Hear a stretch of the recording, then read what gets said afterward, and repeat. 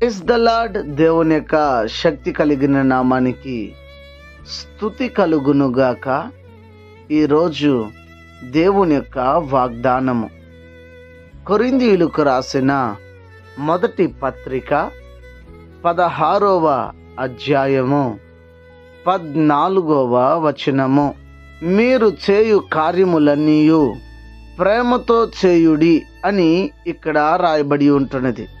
ప్రియులరా, ఈ దినము దేవుని యొక్క వాగ్దానాన్ని వింటున్న మీరు, దేవుడు ఒక ప్రత్యేకమైన రీతిలో ఈ ఉదయకాల సమయమందు దేవుడు నీతో నాతో మాట్లాడుతున్నాడు. నువ్వు చేసే పనిని ప్రేమతో చేయమని ఇక్కడ దేవుడు తెలియచేయచ్చు ఉన్నాడు. ఇదే విషయాన్ని కొరింథీలో ఉన్నటువంటి సంఘానికి అపోస్తులైనటువంటి పౌలు తెలియచేయచ్చు ఉన్నారు. ఎందుకంటే అక్కడ వారు పని చేయుచున్నారు, అది ప్రేమతో కాక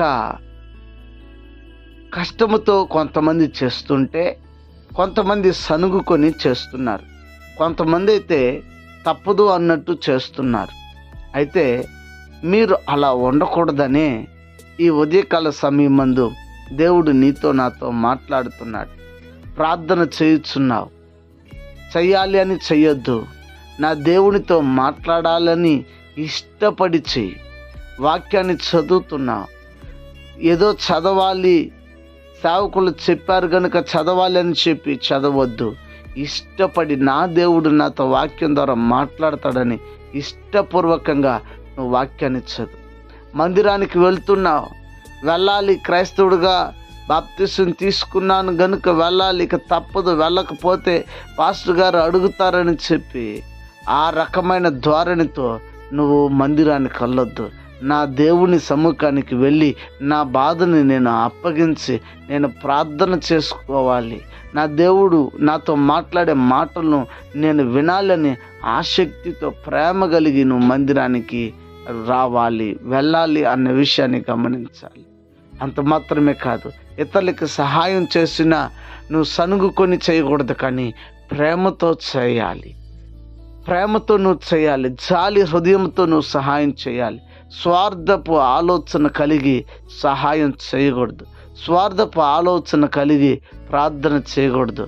స్వార్థపు ఆలోచన కలిగి నువ్వు ఏదైనా పని చేసినట్లయితే ఆ పని మంచి పనిగా నీ దృష్టిలో అనుకోవచ్చు, కానీ దేవుని దృష్టిలో అది మంచిగా ఉండదు అన్న విషయాన్ని నువ్వు గమనించగలగాలి. ఈ ఉదయకాల సమయం దేవుడు నీతో మాట్లాడుతున్నాడు. ఏ పని చేసినా ప్రేమ కలిగి చేయి. అందుకని చెప్పి ప్రేమ కలిగి చేయమన్నారా కదా అని చెప్పి పాపాన్ని ప్రేమించి చేయమని కాదు ప్రియులరా.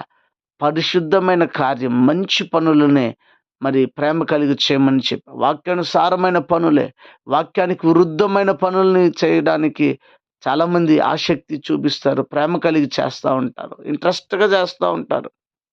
కానీ దేవుని కార్యాలు, వాక్యానుసారమైనటువంటి కార్యాలునైతే చేయడానికి మనుషులు ఇష్టపడరు. గనుక మీరు గమనించండి, అలాంటి హృదయం నీ నుంచి తీసివేయండి. ప్రేమతో ప్రతి పనిని చేయడానికి దేవుని సహాయాన్ని వేడుకుందాం. ప్రార్థన చేద్దామా? ప్రార్థన. పరిశుద్ధుడా, ఈ ఉదయకాల సమయమందు మీరు మాతో మాట్లాడారు.